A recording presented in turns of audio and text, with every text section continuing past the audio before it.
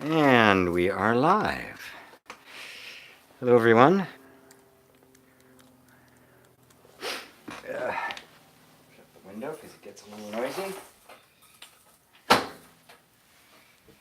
Good morning, good afternoon, good evening, wherever you happen to be listening from today. Decided to join my English friends in having some tea. Let me make sure that everything is working correctly and appropriately. And well, let's see. Yep. We are now working. And let's see if we have sound.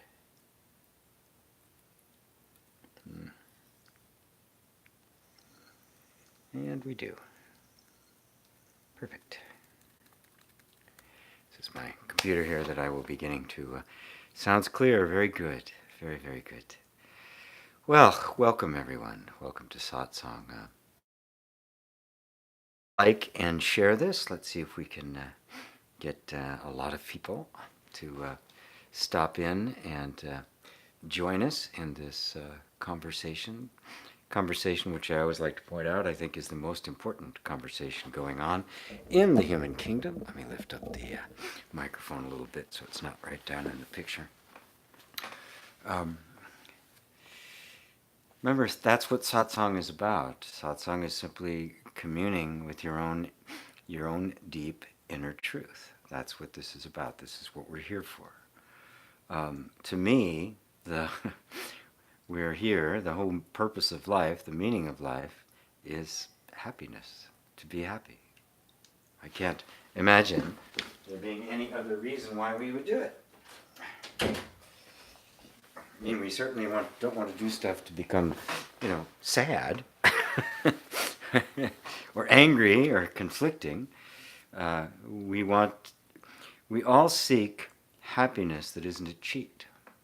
Happiness that doesn't, come and go with the wind. And we often wonder if it's even possible to do such a thing. Is it possible to be happy? And I mean permanently happy. Well, I think in order to truly answer that question for oneself, right? I mean, I could put it out there and say, yes, it's possible, but, the question, of course, would have to be asked, well, how? How does that happen? Well, I think we need to know where to look. I think probably the biggest problem with, or our biggest misunderstanding about happiness is that we think that it is an emotional state.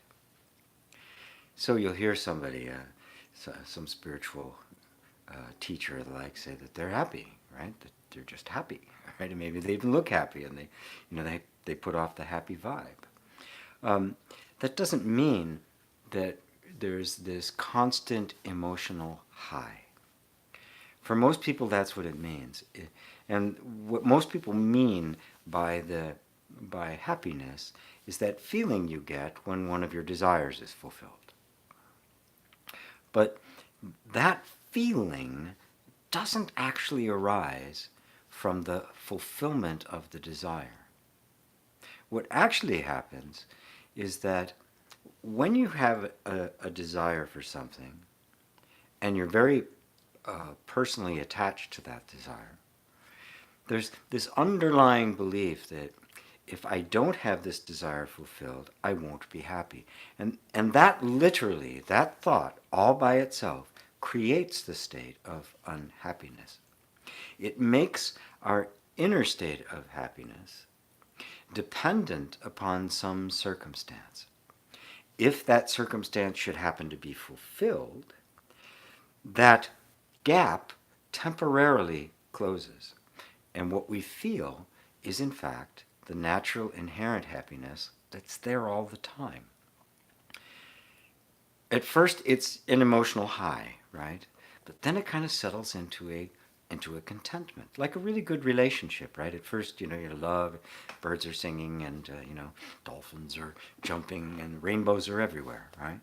But if that relationship matures, it kind of matures, and I don't mean stagnates, into boredom. What I mean is that it settles into a contentment, a sense of communication, a sense of closeness.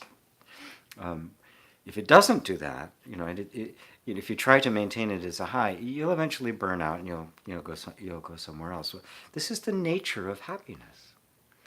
The nature of happiness is simply a contentment, and that contentment can only be consistently known and experienced if we drop our ideas as to how we think things should be. It's really that simple. Our suffering arises from our disagreement with the way things are. For some reason, they shouldn't be that way. They should be some other way. You hear me talk about this all the time because it's so fundamental and it's so important, especially in our modern world, where everything is about the pursuit of objects, of possessions, of wealth, and also in the world of New Age and metaphysics and all of that, the law of attraction, that it is getting a particular vibrational state so that you're going to manifest everything you want, which is just a different version of the same thing. If our sense of happiness and contentment is dependent upon anything outside of you, it will always go like this. And we will mistake the emotional high of relief when a desire is fulfilled with genuine happiness. Now, that doesn't mean we shouldn't experience the emotional high of having a desire fulfilled. Of course we are. Of course. The highs of life. But if you think that somehow awakening means that life is going to be a perpetual high without any lows, that you're always going to just feel buzzy and happy and never feel sadness or grief, you got another thing coming. To be awake means the entire range of experience, of human experience, is felt and experienced without resistance.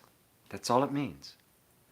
It means that there's no resistance to life. No resistance to life, that means there's no conflict. It means that there is perpetual contentment. Somebody asked Nisargadatta once, how to be happy, and he said, it's easy. Want what you have, don't want what you don't have.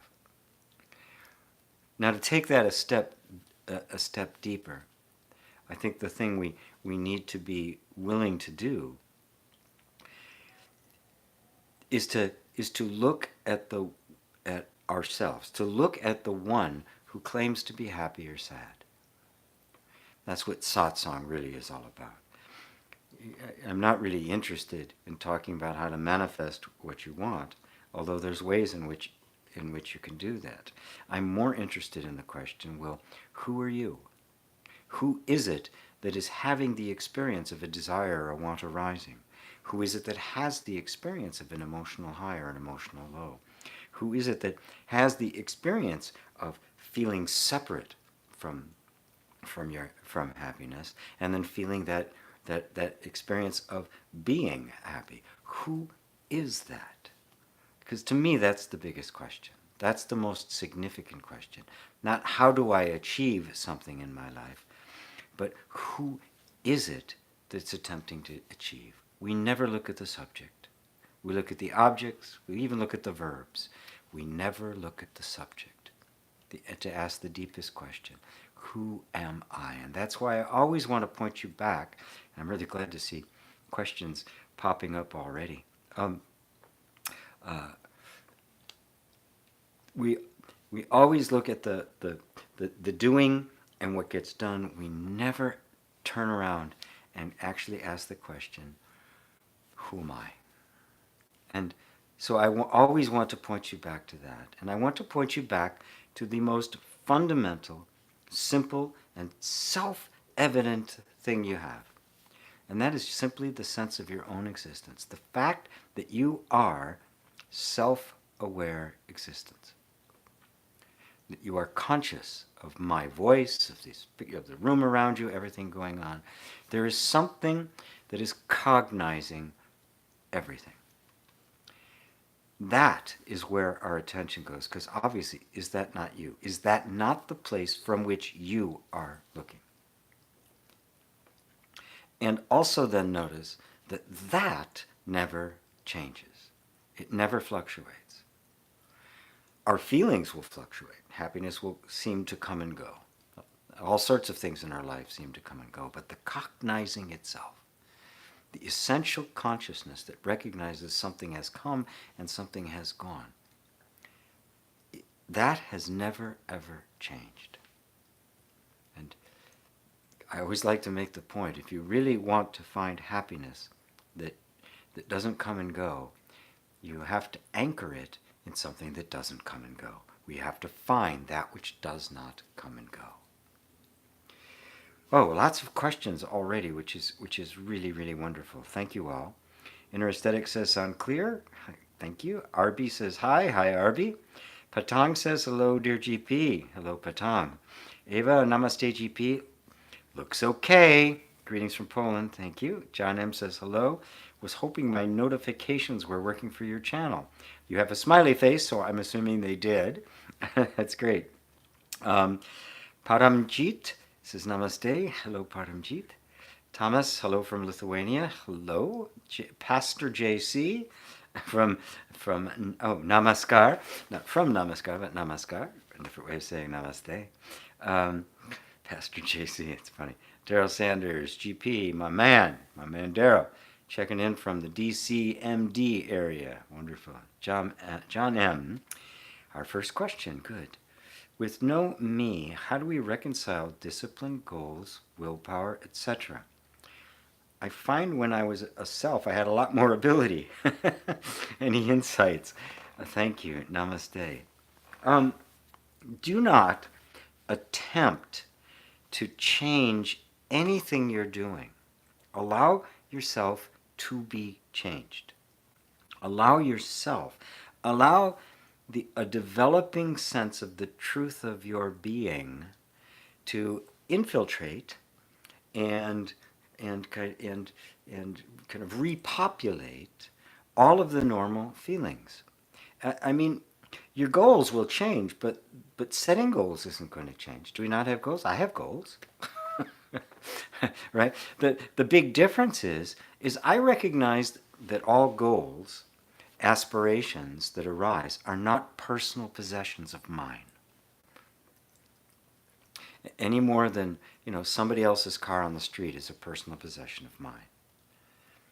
Desires, ambitions, ideas, thoughts, creative thoughts, every thought, feeling, and sensation is a cosmic event. You're not the creator of it. You're the witness to it. This is so important because people think, I'm not going to have any goals. I'm not a self. How do I have any goals? Why do you think that goals belong to a self? The goals are real. The self isn't. Right? This is the point. They are not the product of, and this is the mistake that everybody makes. They think that somehow that goals and ambitions belong to a self. You can easily find the goals and ambitions, can't you? Desire for something, some kind of a creative impulse. I've got a whole new set of ideas that I've started working on, right? Those are all aspirations, right? Where do they come from and who do they belong to? You can find them, right? Can you find a self to whom they belong? And if there was no sense of a self, there was no sense of being a separate self, do you think goals and ambitions and aspirations would disappear? No, really, look closely. The problem is not with aspirations, it's not with thoughts, it's not with feelings, it's not with sensations, it's with the sense of personal ownership. And somehow that's my goal. Folks, your aspirations are no more yours. They are no more a personal possession than digesting food. That's not a personal thing. I digest food. Do you? Probably not, right? My digestion is different than yours, right? I mean, it's a functioning of life. The vast majority of what goes on in this human body, you have no control over whatsoever. Thank God, you'd mess it up terribly. Um, it's the functioning of life. Somehow we think that some thought is not the functioning of life. Everything is the functioning of life. Everything is a cosmic event. It is a divine happening.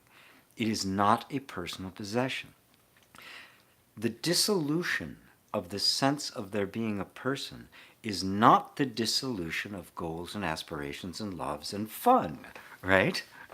You still fall in love, still make love, you still do stuff, you still make plans, but you see them now as just a natural unfolding, this natural, beautiful blossoming of the nature of consciousness, conscious existence itself. And what happens then is, first off, the goals get purer. They get less and less egoic. It's less and less about me and more about the goal itself. It's less about the artist and more about the art. And you can tell the difference. You can hear the difference. When you hear like a musician or a performer of some sort, and when it's about them, it has a completely different quality to it than somebody. It's about the art that's completely lost in their art. Like some great jazz musicians, they're gone, right? There's nobody there. It's just the art. It's just the spontaneous happening in the moment. So, you said that when I was a self, I find when I was a self, I had a lot more ability. Well, first off, you never were. You never were a personal self, right? So put that out of your head. As the sense of self begins to come home to the infinite self, it steps out of the personal and into the infinite, it is absolutely inevitable that the quality and character of the goals are going to change, because they're going to have the limits taken off of them. If you take something really valuable and you give it to somebody who has no appreciation of its value, what's going to happen to it? Right? It's going to get stuck somewhere. It's not going to be able. It still has the value, but that value is never going to be expressed, because the one who has it doesn't know its value. But when the true you steps into the picture, the value of everything is known and understood and loved. So look at your goals, right? Of course you have goals. What is it you want to do? What is it you want to accomplish? See, the idea of becoming a spiritual self, which is just a different version of the same thing, it's just a little better behaved, is that suddenly now you go, oh, I shouldn't want this. I should have higher goals. It should always be. Whatever you are feeling or desiring, start there. Start from what's actually here. I said it right at the beginning, right? Happiness is being completely okay with what is here right now. And sometimes the goals and ambitions we have on first blush look very, very selfish. Okay, good. Don't deny, oh, I shouldn't have that. Don't throw out the baby with the bathwater. Get into exactly the desire, the goal, or whatever it is, and begin to take away from it everything that isn't pure. That is, everything that isn't inherently itself. Right? So don't take some goal. If you take it to be the personal aggrandizement or adornment of an ego, yep, it's going to feel very constricted. And when that an egoic sense of self begins to dissolve, in the case of your awakening, it will seem as if the goal's dissolving with it. It's not. It's only the interpretation of that goal. It's only the purpose through which that goal is seen. And it will transform just like anything else. Everything that's true is true, remains true. We're trying to see things as they are. And in that, there is a sense of just the natural unfolding of life. So every goal is actually life's goal. And if it's life's goal, life will take care of it. Right? You mentioned about discipline. Discipline's an interesting one. If you require discipline to do something, it means you don't want to do it. And you got to make yourself do it. Now, I'm not saying just only do what you want to do. We all got to do, our taxes and clean stuff up and the like. Um, but don't, if you're having a hard time doing something like meditating or practicing an instrument or doing something, or doing something meaningful, right? If it's a struggle, making yourself do it, something's off. The energy's not flowing, right?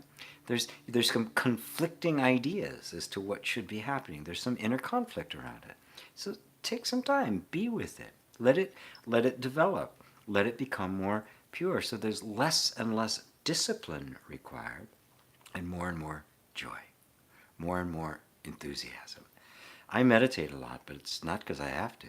It's not because I just love going to the space of emptiness. I love going to this place from which everything is observed.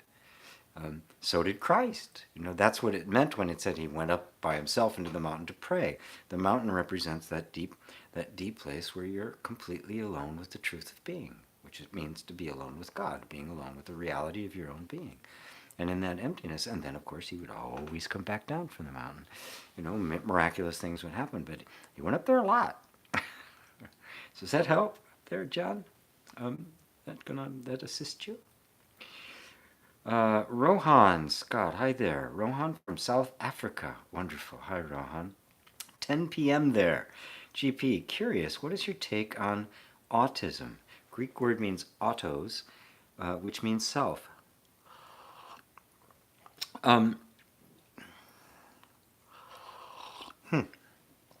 No one's ever asked me that before, but my understanding of it, and I have a friend who spontaneously recovered from autism, became a spiritual teacher in his own right.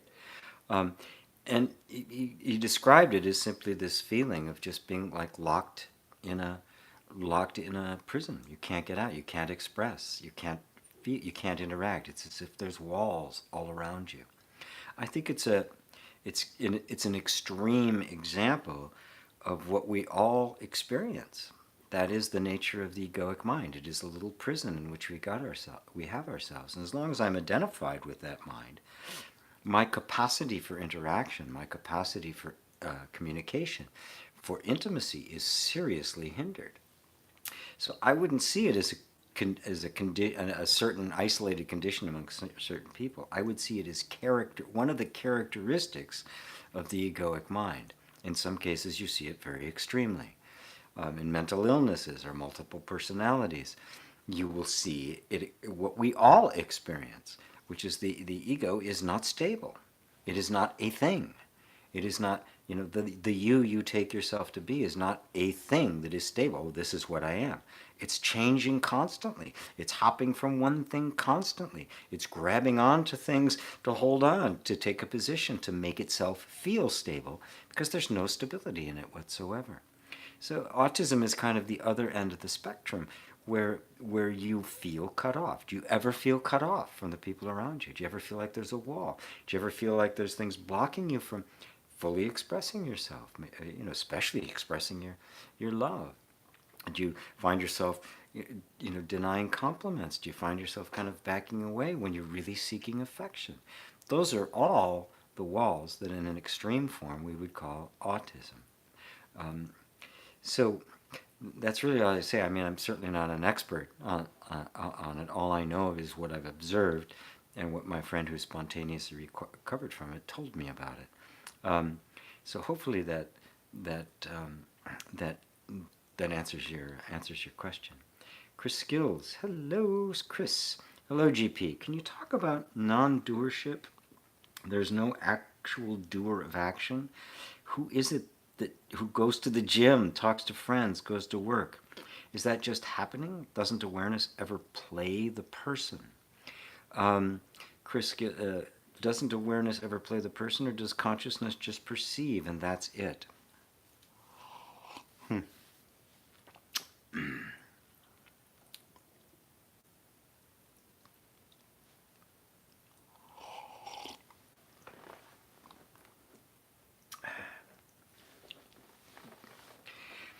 I'm slow to answer this question because it's very easy to try to make this into some kind of a conceptualization, some way of kind of understand it with the mind.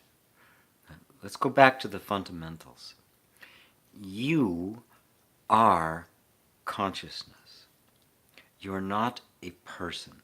Trying to understand this, the idea of non-doership, from the point of view of a person is going to get you nowhere. It's totally confusing. It makes no sense, right? Things are happening. How are they happening? Where do they arise from? That's the question. And who am I?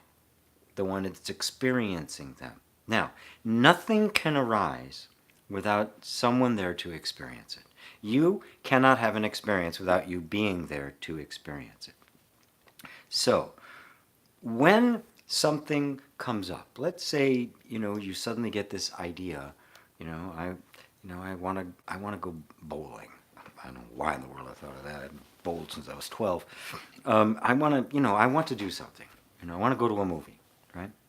Now just stop and put the entire thing in slow motion.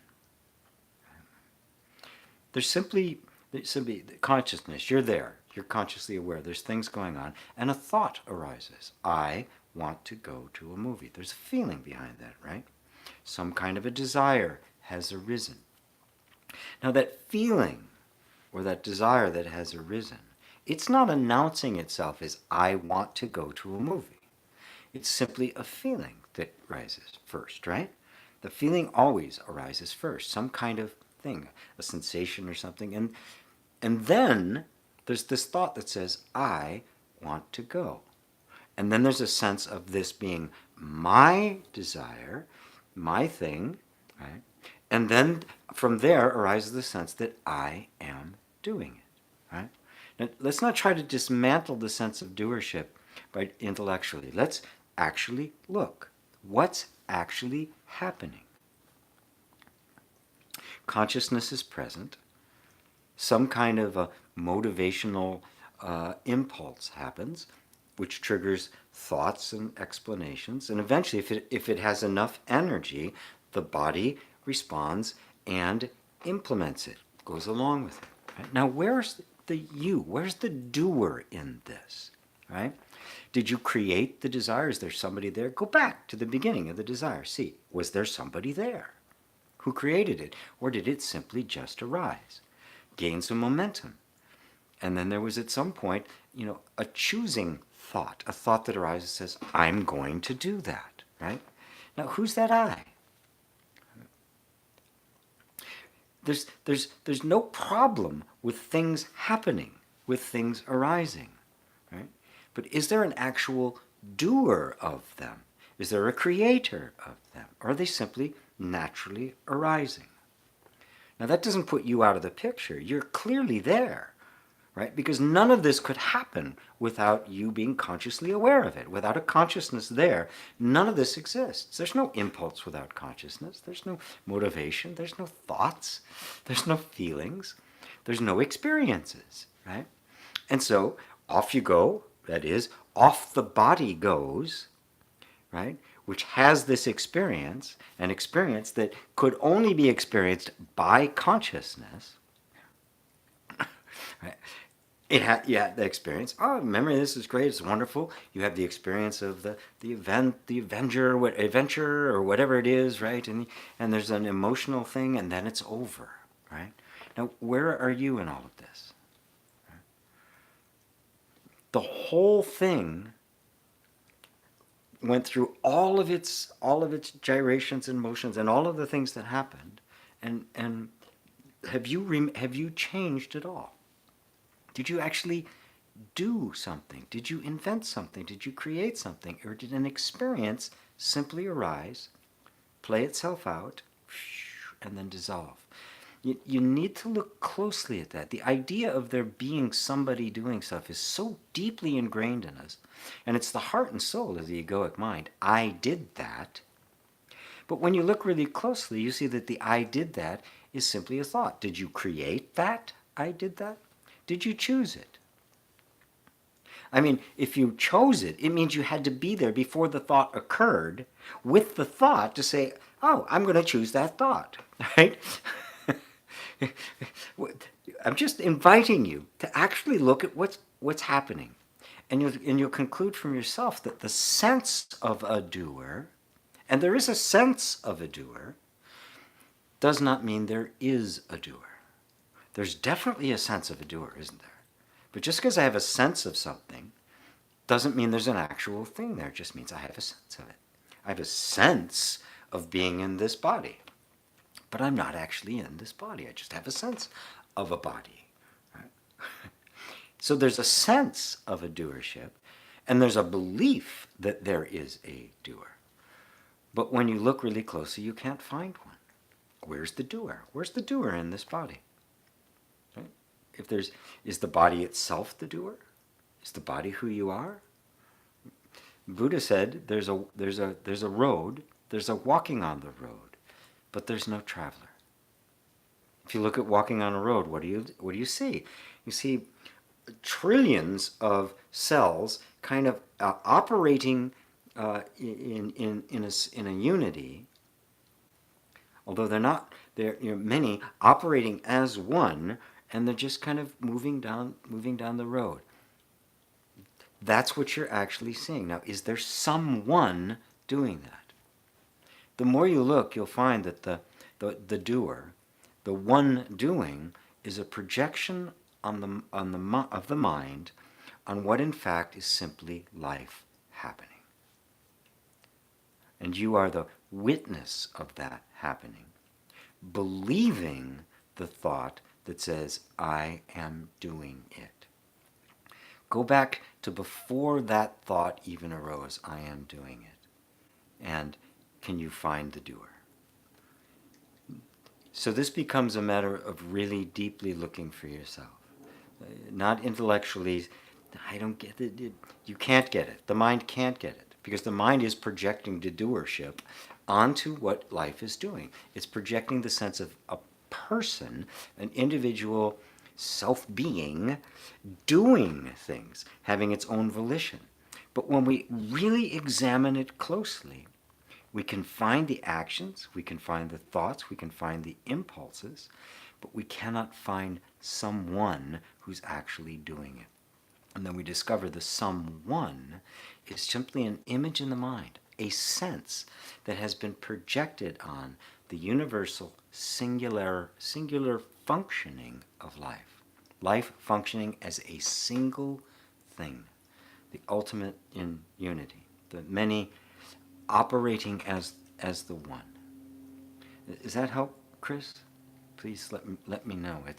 I really want to steer you back to looking at all the way back to the origin. Just run everything in slow motion, really slow motion, to find out, okay, at what point does the sense of doership emerge? And you realize that it's not there in the beginning. It comes later. It's a thought that gets added later. Dave and Elaine, hello, my friends in southeast England.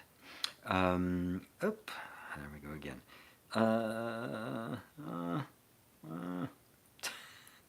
Sometimes the question list just goes whoop, and just jumps far ahead, and there's nothing I can do about it. Dave and Elaine, hi GP, good to see you, and congratulations to the USA women's soccer team for winning the World's Cup. Yes, I heard about that. Wonderful. I think that's the first time, isn't it?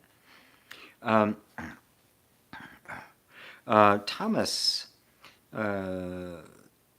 Vilunas, do you watch Actualized Org, Leo Gura videos? I've seen him. I've seen it. Interesting character. Do I watch him? I've watched it a couple of times now, so I know who he is. But no, I don't actually watch it. I didn't find anything wrong with it. But it just didn't float my boat, right? Inner aesthetics. Hi GP, could you talk about how not knowing dovetails with non-duality? And we are not our body, we are not our mind. I hear Sadhguru mention that he doesn't know anything, and I understand this as by not knowing, the mind quiets.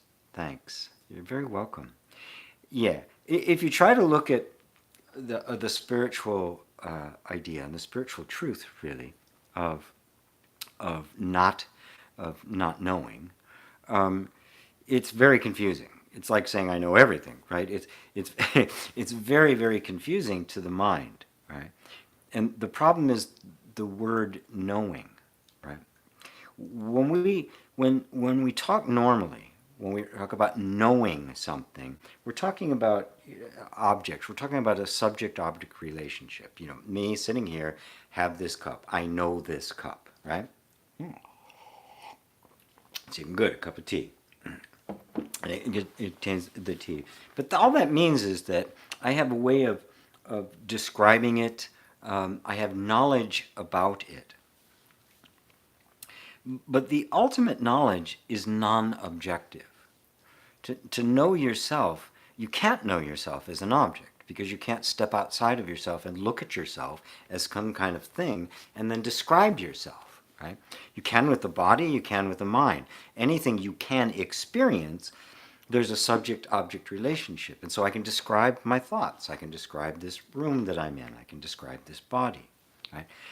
But when I really look inwardly towards the actual I, the self, the subject, that I can't, because the moment I do that, I've turned it into an object and it's no longer the subject. When you are seeing yourself purely, you find you cannot see yourself. Now, since all knowledge, as defined by the way we normally do it, subject-object relationship, is based on that relationship, none of that knowledge can apply when you're talking about the subject examining the subject. Simply self-knowledge. It no longer applies. That knowing is simply the intuitive sense of being and cannot be described objectively because it's not an object. You're not a thing that can be described in terms of other things. You cannot step outside of yourself and look at yourself and say, oh, yeah, there it is.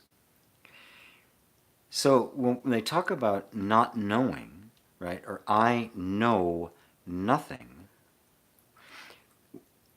there's a clear distinction between knowledge. Yes, I know things, right? I know this is a cup and I know how to use it, but it's relative knowledge, isn't it? Useful because I get to sip the tea. But it's relative knowledge. It's not absolute. It's this description of one thing in terms of another. And we all know that human knowledge is shifting all the time. These days it's even, incredible with the advent of technology. The rate of change is just accelerated to the point where we're all a bit stressed out about it. Right? So looking at it carefully, we see that that knowledge is convention and not really knowledge in the sense of something that's an absolute truth. When I think of knowledge, I think of absolute truth. Truth has got to be unchanging. If it changes from one thing or another, it's not really a truth. It's a convention. It's an idea. It's a concept. It's something we agree upon, right? You know, for good purposes, right? There's nothing about a red light that makes you stop at it, right? But we've all agreed that it's a good idea that we have a way of telling each other when we're at an intersection to stop because somebody else is going. It saves a lot of headaches. And so, but there's nothing inherently true. There's no real knowledge in the red light. It could have been a blue light, right? And we would have all agreed on it, and every time we see blue, we want to stop. So that's not knowledge in the deepest sense of the knowing, which is knowing truth. So when you say I don't know anything, if I truly know myself, I do not know anything, because I'm not a thing to be known. It doesn't mean that knowledge, temporary, useful knowledge, doesn't appear and disappear. But that's not the ultimate knowing. That's not the ultimate knowledge. The ultimate knowledge is transcendent. It is your own life. It is your own sense of being. That sense of being cannot be described. It is beyond knowledge. It transcends all knowledge. It's beyond all opposites. It's beyond even duality and non-duality. I mean, I talk about non-duality, but don't I have to speak of it in terms of duality. It's forever doing this, but the ultimate of it is that it is beyond that. It cannot be put into words. It cannot be expressed. Fortunately, you don't have to, right? Because you are that. You don't need to put it into words in order to know who you are. Do you know that you exist? Are you conscious right now? Are you hearing my words? That's it. That is the truth. That is where being and knowing converge. That's true non-duality. That's the true oneness. Being and knowing that you are not two things. There's not something that knows that they are. There is only the knowing, and that knowing is the being. So as I'm speaking, you may find your mind getting more agitated, but you also may find it getting quieter, right? Because if you rely less and less on the mind to figure this stuff out, and more on simply the intuitive sense of your own being, you find that the knowledge needed in a moment comes and then dissipates. And you don't identify yourself as somebody who has knowledge or doesn't have knowledge. And you can say, I really don't know anything. And the more you look at it, the more mysterious the universe gets, the more big, the more mystical, the more beautiful it gets. You find that our sense of knowing it actually is a severe limitation. And so the sense of not knowing, it isn't ignorance. It's an openness. It's a spaciousness. Everything becomes interesting now, right? Instead of, the moment I think I know something, I've put it into a box, right? And I don't look at it anymore. This is what happens to relationships. You get really familiar. Somebody's changed, and you don't know they've changed. You're still living with the image you had of them, from 5 years ago or something like that. And there's this, and then what happened? What happened? What's going wrong, right? So knowledge, the knowing of something, is actually quite an impediment. To not know leaves you open and spacious. It means that this moment can show up exactly the way it is, and you can see it exactly the way it is, without looking through the fog of quote unquote knowledge. Human knowledge is stagnant. It freezes things. It's, I know what that is. And at that point, you're not seeing anymore. The dynamism, the natural dynamic nature of existence is now been reduced. It's turned into a Kodak moment. It's a picture. It's not actually being experienced. You're not actually seeing it. I went to the fireworks display here on the 4th of July with my family. And my younger son was in town, and so I had, I was the patriarch. And maybe 10 feet away from us, sitting on another blanket watching the fireworks, were a couple of guys, and both of them had their phones up. They were videoing the entire thing. Neither one of them actually saw it. They all saw the entire thing through the little screen on their phone. It's like, the whole thing is right out here. You can just, I have no idea why they what they did with that, if they ever actually watched it. But that's what knowledge does. Knowledge turns everything into a picture. It freezes everything, and the dynamic nature of life gets lost. Not knowing is not ignorance. It's openness, it's spaciousness, it's curiosity, it's childlikeness. Right? So that doesn't mean, I don't know what this is. Of course you do, but you also realize that it's just a convention. It's not actual knowledge. It's not real knowingness. Knowing is the experiencing of it, right? The knowledge I have about it is just a symbolic representation of it. It's not the knowing of it. The knowing of it and the experiencing of it are one and the same. The real cognition, the thing I keep pointing you back to all the time, the consciousness is actually experiencing it. That which is hearing my words right this moment. That is the true knowing. And that is immediate, it is direct, It is not objective knowledge, so you can say, I don't know anything. You could equally say, I know everything, right? Because everything is experienced there. Does that help? Inner aesthetics. Yeah. Does that help? Did I nail it for you? John M. says, also, I really don't feel or understand no border or edge of self. How is it even possible to know? And we seem to be very tied to a particular body. Yeah, we do seem to be. Yeah, there's definitely a sense of a body here, isn't there? Right? I mean, you can't deny that. It's like, this isn't an attempt to try to deny all of our experiences. I'm having an experience right now. I'm experiencing light and sound and questions, and I'm experiencing thoughts coming, and I'm experiencing sensations and emotions running through my body, running through the body. All of that is an experience I'm having. To just say that, there is no body, the border edge, become really curious just about examining things. When I look deeply, when I actually look without any prejudice or assumptions, if I set aside the assumption of the body and the material universe, just for curiosity's sake, just to see, just to try something out, what I find is I can definitely find experiences. If I do this, I feel something. If I do this, I have an experience, don't I? Now, I named this experience sensation. Right?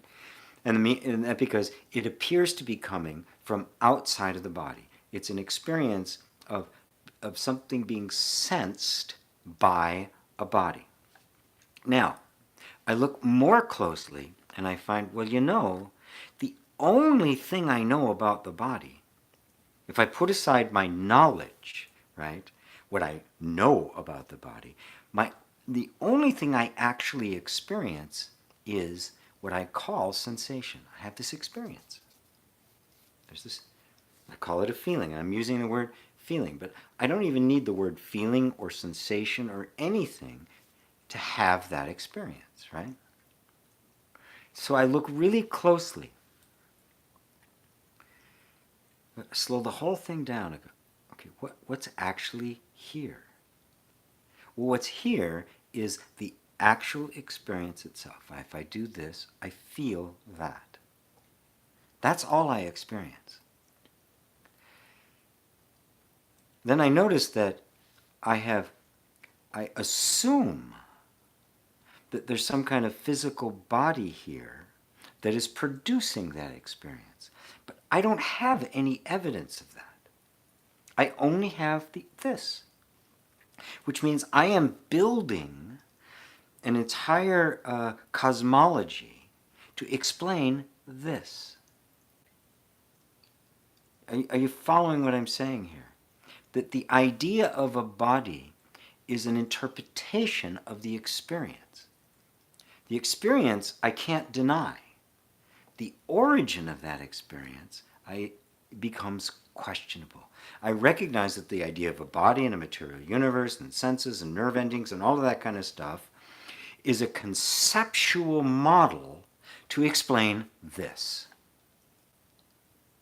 This I know. The conceptual model is dubious. Yes, it's universally accepted. Everybody says this is the case. But I don't have a direct experience of that. This I have a direct experience of. The origin of that, the source of that as a physical body, I don't have an experience of that. That's a concept. It's an idea. It's an interpretation of my experience. And the more I meditate on that, the more I realize I have the sensation I don't have a body. I have no evidence of a body. There is no evidence of a body. Because every bit of evidence, everything you experience, is what we call a sensation. And the origin of that sensation is a thought, is an idea. It's a concept explaining the sensation. But the actual origin itself is itself a sensation. And thoughts about sensation. Are you following me? I'm simply being very rigorous, very scientific, digging into it, say that's an assumption. That's an assumption. Do I have evidence for that? No, I don't. Now, so the other question is the boundary of it. There's a sense of having a boundary, isn't there? Clearly, I have a sense of a bound. Consciousness appears to be bound within this. But now, the more I look at that, again, I'm going to do the same thing. Slow it down and start looking at it very, very closely. I'm having an experience, and I'm interpreting that experience that the boundary is the skin, and therefore, and if that's true, then what I'm hearing is originating over there. But if this what I know though, is this sound, for instance, and then I have a thought that it's originating over there, but I don't experience it over there. I experience it right here. And I go, okay, well, is it really over there? Now this is a big deal. I mean, this is a 180. We're stepping out of the entire conceptual model of the entire world, the idea of the predominance of matter. And we're looking at it from the point of view of our direct experience. I experience nothing out here. I experience everything right here. I assume, because of my conceptual framework, that it's a sensation and this is a body, that it's actually occurring out there. But look close. Do you have any direct evidence of that? Conceptual, yes. I have a concept that that's how it worked. Do I have direct evidence of that? No, I do not. So where's the boundary? The boundary we make up is the boundary of the skin, the body. But when you take that apart, and there's just experience going on that doesn't have an external origin, because there is no external origin, where's the boundary? Now, of course, the very fact you're trying to find that there is no boundary means you're looking for a boundary, right? And you can't find it. But you assume there must be one there. There's a sense of there being a boundary. And of course, there's nothing wrong with that. There's a sense of this having a boundary, right? But that's only at this level of perception. Another level of perception, there's nothing here at all, right? So you don't want to get too deep into this. Am I pointing everybody in the right place? We have to remember we've been indoctrinated to have a conceptual framework about the nature of reality, and our experience now is being forced into this conceptual framework. Now, somebody comes along, like myself, a non-dual teacher, and tells you it's not true. What we try to do now is take non-dual ideas and stick them into this very same framework. I'm telling you, the framework is false. There is no framework. And the place to look for the confirmation of that, to begin to pierce through that veil, is your own direct experience. To trust what you're experiencing more than what everybody has told you about this. That's the whole of it, right? We've all been indoctrinated into a particular interpretive point of view about our experience. But when I actually show you your experience, that's not what you're experiencing. Here's what you experience: thought, emotion, sensation. And even those are words that just describe a different quality of experience, of pure experience. You could even call it pure vibration. Right? So a sensation has a different vibration than an emotion, which has a different one than a thought. They all have a different qualitative experience, right? The way, white has a different qualitative experience from the purple, right? But they're all experiences. So what is your actual experience? Do you yourself, have any direct evidence, proof of the existence of an external source of anything. If you really look, you'll see, no, I don't. Which means, and in fact, nobody does. Okay? So I don't care how many letters they have after their name. They have no more authority over this than you do, because they are experiencing from their world exactly the same way. They've come up with their idea. This is what they're experiencing. Great. And it becomes dominant. Everybody says, yeah, this is what you're supposed to. And we say, oh, that's not really true. They go, you're full of crap.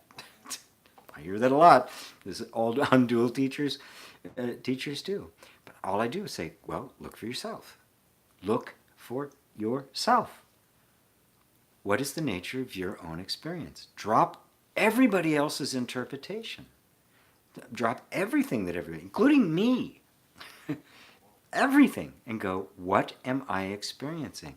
And then you'll find the only thing left, the only thing you cannot dispose of, the only assumption you cannot completely bury is simply the fact of your own conscious existence. Consciousness remains. That you can't get rid of. If you did, you would cease to exist. That cannot be disposed of. Everything else can. What conclusion is left to draw? Well, it's the one that I drew. Consciousness is all there is. That the existence of an external world is an illusion. It's the snake in the rope. And then you can go to scripture upon scripture and sage upon sage, and you will hear exactly the same thing. But look for yourself. You don't need a sage to tell you. You need the sage to point you. And you go, my God, there is no external world. Everything is consciousness. And then you go, oh, wow, well then how do you have... But you have a completely different way now of approaching everything. Is this making sense, folks? Did I lose you all, or are we all still here? It's so important. It is just so important that we trust your own experience and that you make non-dual inquiry an internal journey to question the legitimacy of the assumptions upon which you've lived your life.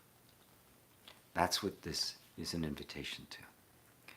Please like and share if you're enjoying this, if you think others might enjoy it as well. Ursula, hello all. Ursula from Madeira Island in Portugal. Hello again, Ursula. Wonderful to have you. Rohan says, if energy is a focus of attention, what is attention? I feel like it can be observed. Very good. Thus I am not my attention. Very good. It feels like effort to just let it be. What thought might be preventing release? The belief that you are someone who needs to be released. That's it. You believe yourself to be someone who is not the self.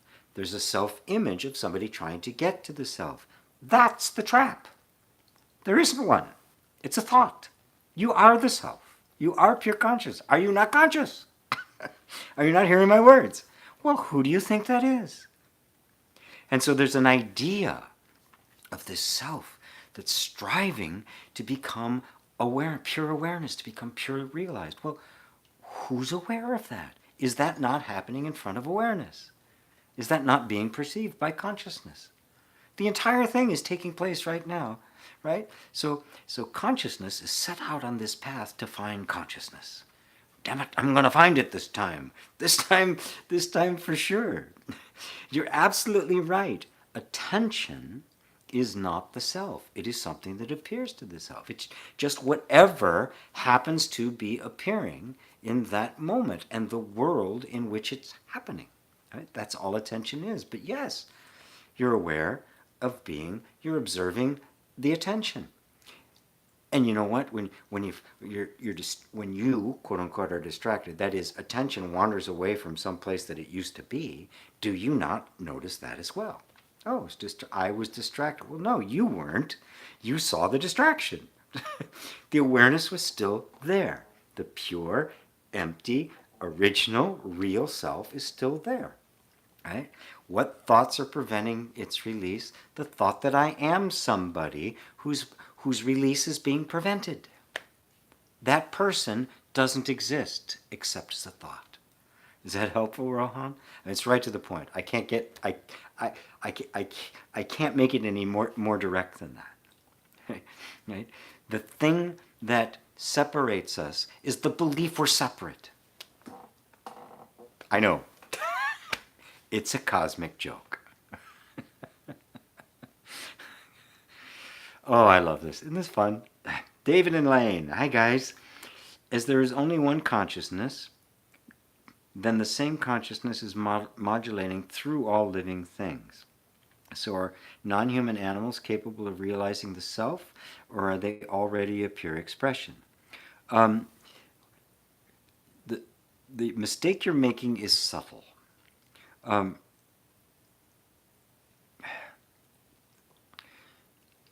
The idea that there's something that there's a self, something that needs to realize the self is the illusion.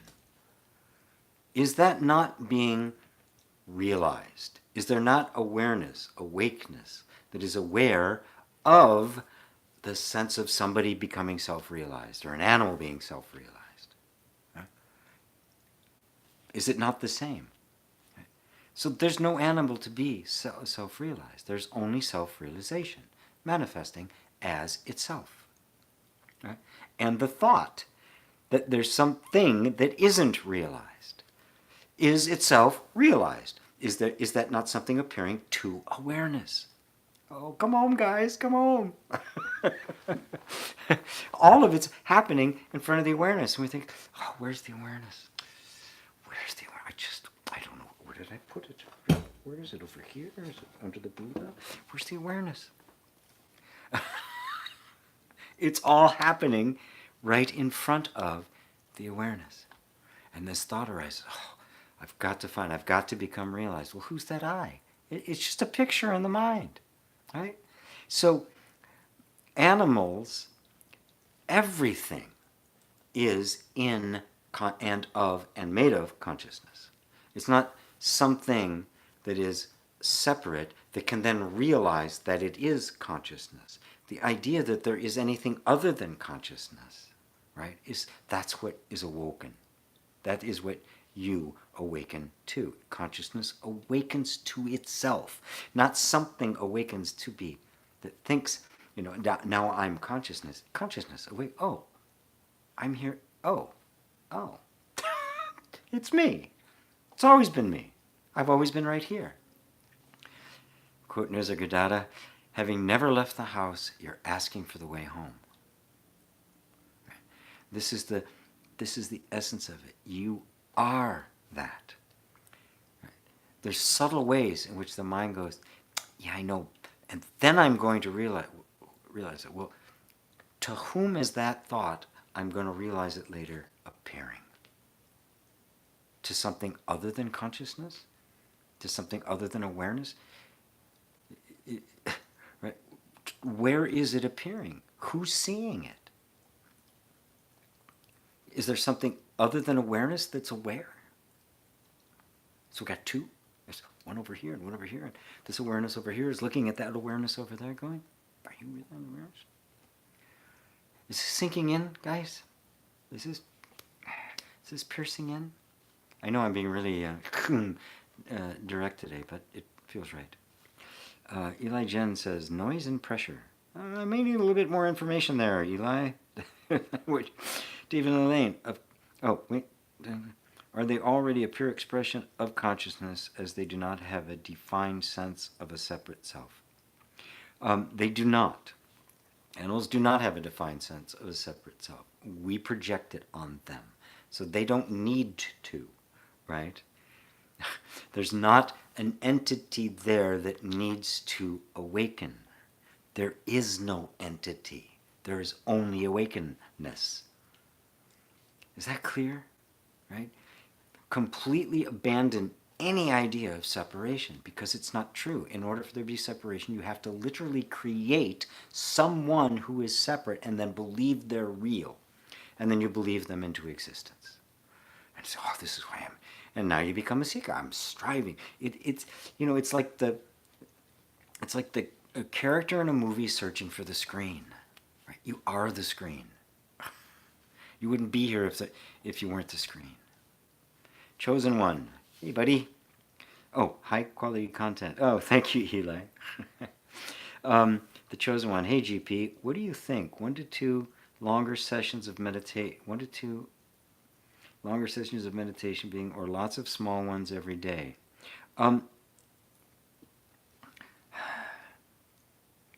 As a practice, right? First off, let's define what we mean by meditation.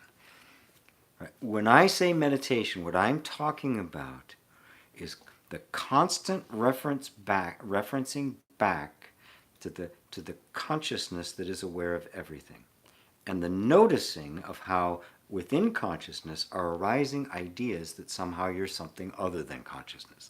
But of course those ideas could only appear to consciousness, so you can't actually be anything else, right? Because if you weren't, nothing would be appearing, right? So that is the meditative practice. It's Ramana Maharshi referred to it as self-abidance. You simply always come back to that sense of the self, the sense of being the conscious awareness. And then notice there's an idea of trying to become, trying to be realized, trying to be awakened, trying to become the conscious awareness. You go, well, all of these are just appearing in front of conscious awareness. There are times when I will sit and just relish in that. Right? I mean, that's samadhi. You're just kind of falling into that and you just relish it.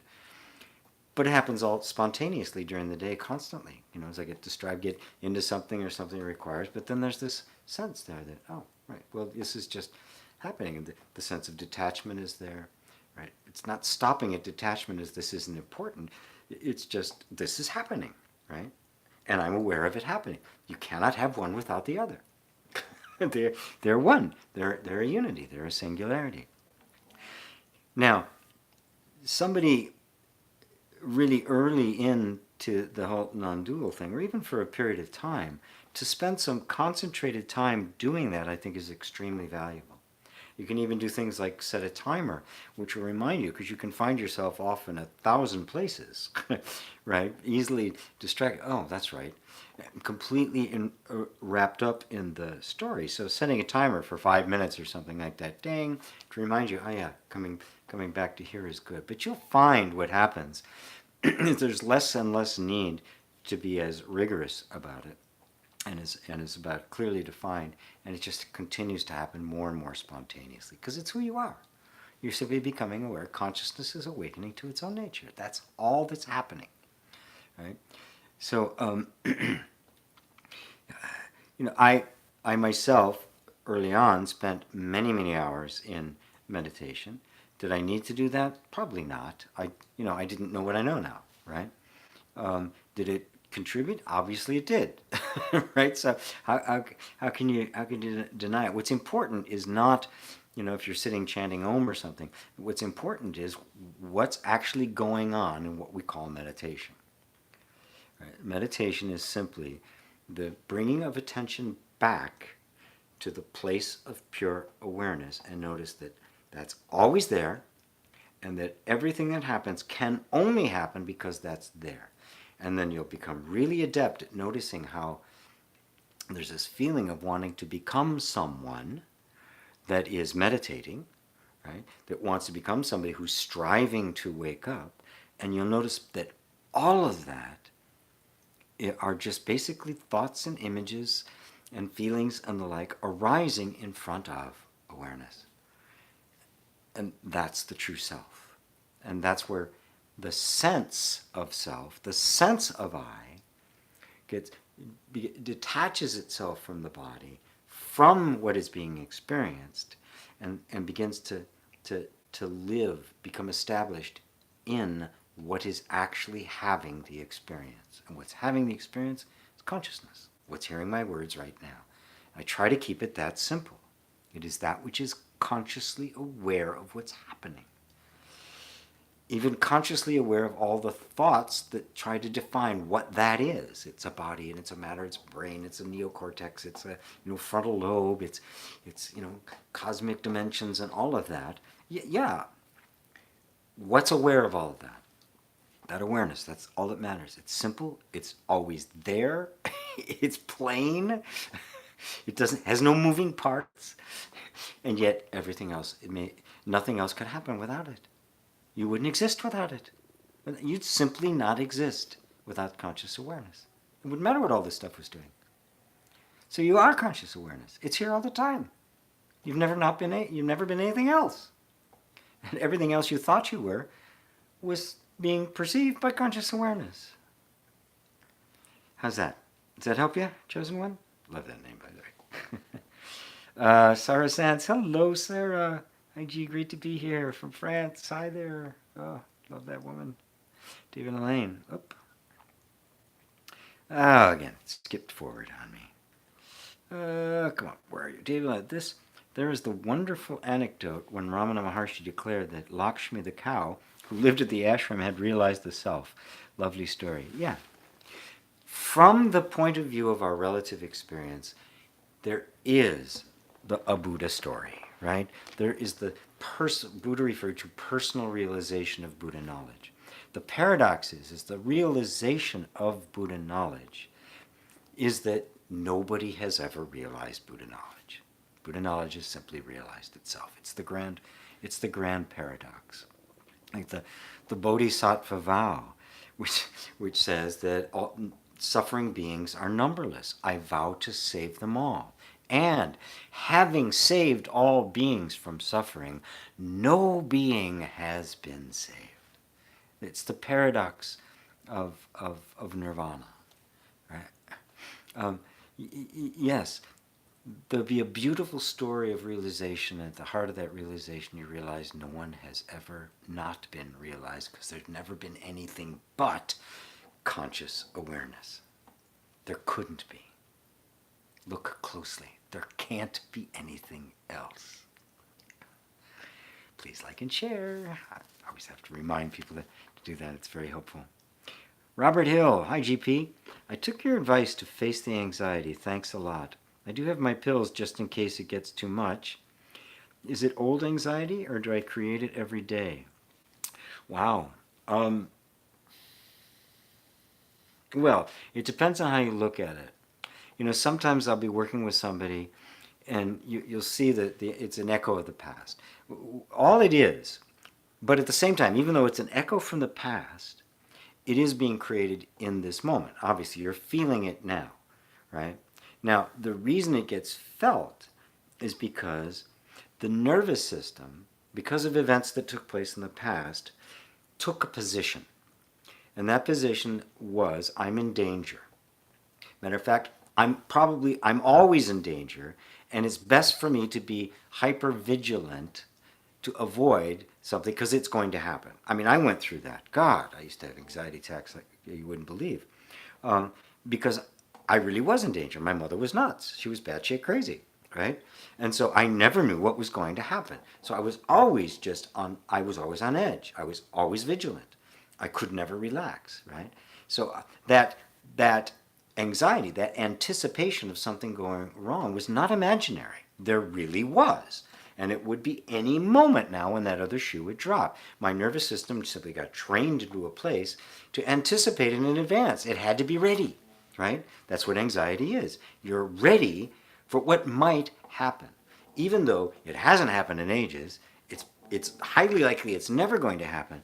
But there's this energetic pattern there, right, that is convinced that it is. And I use that word light. It's not a thinking thing, all right? I don't use that word very really precisely, you know, that I say it's an energetic pattern that believes, right? Because it's not a thinking thing. It's just an energetic pattern that is in this position of defense. And so it is, the cause of it is the past, when something very real was there that needed you to be aware of, that you had to be on your toes for. But what it's doing now is projecting that on everything that's happening, even though there isn't really any imminent danger there, because it's expecting that there will be, and so it is recreating it. So every time that happens, you have to realize that the anxiety itself is not the issue. It is the defensive posture that is anticipating something and is simply trying to protect you. Now, if you go directly to that, you just without the intention to try to get rid of it or heal it or fix it in any way. To just really compassionately be with this energy of protection. By doing that, you have created the very thing it's been seeking, which is a safe place. When the message of safety, because you're accepting it as it is, right? You're not fighting it, so it doesn't have to be defensive against you. You now have created the safety. You've become its friend. That message of safety begins to sink in. I find that using EFT as a physical means of communicating safety to the system is extremely effective. That's why I teach it and I use it. And there's actually a couple of my certified facilitators on listening in today. Once that starts to become the general environment, your energy system will adapt to it. That's what it does. It's stuck in this position, right? And because of we've done all sorts of things to ourselves, condemning ourselves, trying to fix ourselves, drugging ourselves, all sorts of stuff, right? Everything except create the safe environment that it's trying to create, right? So instead we do this to it. We communicate to it more that yes, there's more danger. Yeah, it's dangerous. Yes, it's dangerous. Please change, fix, get away, go away, right? And all it's trying to do is keep you safe. So if that shifts, its nature is to adapt to the environment. That's what it does. That's all it does. That's why it's in the position. It did adapt to an environment that genuinely was dangerous. So you simply show it an environment that isn't dangerous. So all that means is you become safe. That whole process is what I call inner reconciliation. I've got courses, the flagship courses that I offer. That's what it's about. So. You've probably had some degree of relief. Obviously, I was saying you thank me a lot for giving the advice to just face the anxiety. Now, be more present with it. Be open to it. Even be loving towards it, because it was there to protect you, and it worked. You're still here. If it hadn't done that, you'd probably be dead, right? And we wouldn't be able to have this conversation, and I'd miss you. So I'm glad it worked, right? So now we can congratulate it. We can embrace it for what it actually is, the natural protective mechanism without which life would not last very long, right? And now recognize that its origin came from the past. And now start creating the environment in which it no longer needs to be in a defensive posture. And you'll find that the anxiety will become less and less and less and less, and eventually you'll be able to put those pills aside for good, because there'll be nothing triggering it anymore. You've removed the triggers by yourself being a safe space. And it's just unconditional love and acceptance. That's really all there is to it. So thank you, Robert. Micah Lighthouse, good morning from Sydney. Hello, Micah. I don't know what time it is in Sydney. Probably like 7 in the morning or something like that. 6 in the morning. Maybe later. I don't know. Okay. Polana, hello from Slovenia. Hello. Billy Boy, many hugs, GP. Many hugs back to you. Recently, as I went to feed the chickens, I suddenly stopped in my tracks and felt the steps were being done. And for about 4 seconds, I was dissolving as if I were an Alka-Seltzer. Pop, pop, fizz, fizz. Oh, what a relief it is. Depersonalization or realization? Realization. And depersonalization and realization are actually the same thing. If you look at depersonalization like disassociation, the way they would in psychology, they would think it's not a good thing because they're very limited in what they can look at in terms of who you are, what the person is. No, you experience life as it actually is. That's what it meant. You experience what's actually happening. The person disappeared, and it was just pure life. But you notice when that person disappeared, you didn't disappear, did you? You didn't vanish somewhere. And the chickens got fed, didn't they?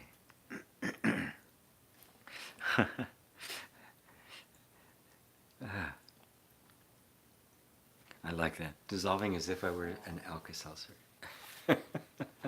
It's very good. Yes, you had a wonderful moment, a glimpse of reality. Now just cherish it. Don't try to reproduce it. Don't grab onto it and try to hold on to it. That sense of being someone can come and go, but eventually it will go and not come back. Um, Wonderful. Gosh, Billy Boy, thank you. That's incredible. Um, Robert says, have you ever listened to Alan Watts? Yeah, I like Alan Watts. You and Alan are the voices that I listen to before falling asleep. Great. Let's see. Okay. Thomas says, why do most spiritual teachers speak very slowly? I've never been accused of speaking really slowly. When I'm doing satsang, remember, I'm not just having a conversation with somebody. I'm really trying to tune in to what's the question behind the question and what the best way is to bring somebody to a realization, to some kind of awakening moment, to see things more clearly. So there's an enormous amount of focus of attention. So that would tend to slow down. When I do guided meditations, of course, I slow down because I want to slow that pace down because I'm slowing the mind down. Right? And sometimes the words just aren't coming that fast, right? I'm not consciously trying to slow myself down. As a matter of fact, people have sometimes accused me of speaking very quickly. But in a situation like this during satsang, my mission here isn't to dispense knowledge and throw out as much as I can in the shortest period of time. My mission here is to bring the highest truth that I can bring in a way that is that sinks in the deepest for whoever's listening to me. So I guess that would mean at times I would just stop talking altogether and just kind of sit here as I wait, as I kind of the whole scene begins to unfold to me and the words begin to come.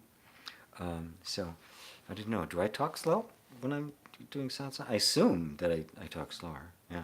Anyway, okay. Thanks, Thomas. Chris Skills, thanks for that, GP. What happens when we realize ourself when the mind sinks into the heart? Can you say the actions is us, or that it is also perceived? You could say both. And that's what makes it non-dual. It's not two. It's not one, but it's not two, right? There is a sense of an individuality, right? This form is individual. I'm not you in that sense, in our conventional way of looking at it. But when I stand back at another level, I am, right? Because the very same consciousness that's here, speaking and hearing and reading, is the same consciousness that's there, hearing and probably speaking, typing, right? It's the same essence, but the forms are all different.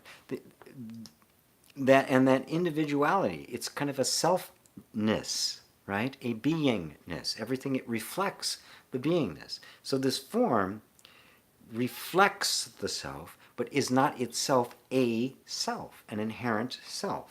That's what Buddha means with there's no self. This form has no inherent self. Every quality that is individualized here is a reflection of the one. And every quality that's you is a reflection of the one. So it's okay in convention. You call me GP, I call you Chris or David or whatever. That's okay as long as you know that that's not who you are. That's not who the essence of consciousness is. That's the manifestation of consciousness. So there's no self there, but there's a selfness. There's an individuality. There's a form with particular kinds of qualities about it. Is that clear? The mind sinking into the heart is simply when the dual and the non-dual just kind of fall together. And you see that what we see as many is a manifestation of the one. They each reflect the one, a universe in every single individual. It's not the end of individuality. We don't become homogeneous, right? That's what culture tries to do. You try to take that away. We celebrate it. Individuality is liberated. It's liberated because it's no longer a person. It's a reflection of the absolute. It's like the light realizing, oh, I'm all light. Like red light, oh, I'm all light. It's nothing but light. That's who I am. Who I am is light. In this particular moment, I happen to be red light. Great. Next moment, I'll be blue light. Are you following that? Are you following? I'm trying to point to the oneness. David Smith, hello GP. Am I in my body or is my body in me? Well, it's the latter. The body is an experience you have. There is no body, right? See if you can find a body. Right? You can find sensation. You can find thoughts and emotions, experience. But if you look, you cannot find the body. It's because there isn't one. There is only the experience that we call thought, feeling, and sensation. So but it's really important that you say, am I in my body or is my body in me? I want you to pay attention not so much to the body, we break that down, but to the I. Who's that I? When you say me, is my body in me? Who are you talking about? Who's that me? Now, if that me is a sense of being a personal being, you can't separate that me from the body. That is the me that thinks it's the body. Right? So you can't separate the two. In that case, you're neither in the body nor not in the body. You are the body. Are you following that? I'm not saying you are. But when that sense of consciousness returns back to the pure reality that you are, now the body just disappears. There is no body. There is only the experience that is the direct reflection of consciousness. It can't exist without consciousness. It can't be known without consciousness. It can't even be without consciousness. You cannot have a thought without a consciousness to perceive it. You cannot have an emotion without the consciousness to perceive it. You cannot have a sensation without the consciousness to perceive it. Without consciousness, they don't exist. Therefore, they are completely a direct result, a direct arising in and of consciousness and made of consciousness. Again, consciousness is all there is. Right? And don't be confused by the fact that there are forms. That's consciousness. Consciousness is form, consciousness as formlessness. The transcendent means both and neither. It's not, oh, I'm the emptiness, and then there's all this form over here. No, emptiness is form. Form is emptiness. They are not two. And that's the prajnaparamita. That's the ultimate wisdom. That is the wisdom that is completely and totally transcendent. That is the wisdom that has completely gone beyond. It is beyond all opposites, but embraces all opposites. Is that clear, David? Starlight Glimmer. Is there a good reason for the feeling of a separate self? Is it beneficial for some people's lives? Or would it be better if everyone on earth were enlightened? Well, let's not worry about everyone on earth. Let's just take care of you, Starlight. How's that? Let's just take care of you. Then we'll take care of everybody else, all right? So let's just start with you. Is there a good reason for the feeling of a separate self? Yeah, it happened to arise. The feeling of a separate self happened to arise. And then the sense of there being a separate self arose. To whom did it arise? Right? Can there be a sense of a separate self without a consciousness there to perceive it? Now really look closely. Take the attention off of that sense, right, and onto that which is aware of that sense. There's no need to discuss the history of a sense. It's simply something that arose, right? If I have an itch on my eyebrow, do I need to go into where did that arise from? I don't need to analyze the history of it. I just scratch it and it's done, right? So we don't, the sense of anything arising, if there's no self projected on it, is simply an arising. It's a sense. And yes, I have a sense of a body. In fact, it's very, very useful. So if I didn't have a sense of a body, how could I talk? How could I gesture? How could I drink water? How could I have a tea? How could I hang out with you guys, right? The sense of a body is not myself. It's just a sense of a body. It's just the way this feels, the way I get in my car, and it has a feeling, and then I get out of my car, right? That car, it isn't me. Right? I drive the car by feeling, don't I? Don't you? I mean, right? People don't, okay, I'm going to turn the wheel. You just do it. There's a sense, and we're awkward as children, right? We haven't got the feel of this instrument yet, and eventually we do, and it just does whatever we want it to do. So there is a sense there, which is simply the experience of life. The sense of a separate self isn't really a sense. There's a sense of existence, right? And there's a sense of manifest existence. You can actually bring that sense of existence down to a pure sense of existence without any manifestation whatsoever. And of course, you will have that experience when this body dissolves in what is wrongly called death. Right? Suddenly, boom, this is gone, but there's still definitely a sense of existence. Another aspect or arising of a sense of existence, a manifestation of that sense arises. It's not a problem as long as it's not seen as a separate self, because it isn't. It's just a sense. Is that clear? Right? I want to bring everybody's attention back to where everything is being perceived, right? It's like, you notice your questions always want to kind of be about something that's being perceived, but who are you that's perceiving? That's my question all the time, okay? If you answer that question, the rest of your questions will be answered. I swear to God. The rest, okay, I get it. Yeah, that's it, cool, right? But there's this tendency to, what about that? What about that? Okay, well, who are you? Who are you? Just go into that sense of existence. But beyond just the sense of a body, to the place that's perceiving even the sense of there being a body. And we call it a body, and it's really just a convention of language. It's a sense of manifest existence, the sense of a universe, the sense of a world, the sense of everything, right? But subtle, the subtlest of all is simply you, the consciousness that is perceiving, even the subtlest of sensations. Even some feelings are so subtle we don't have names for them, and yet you sense them. What's that? Who's that?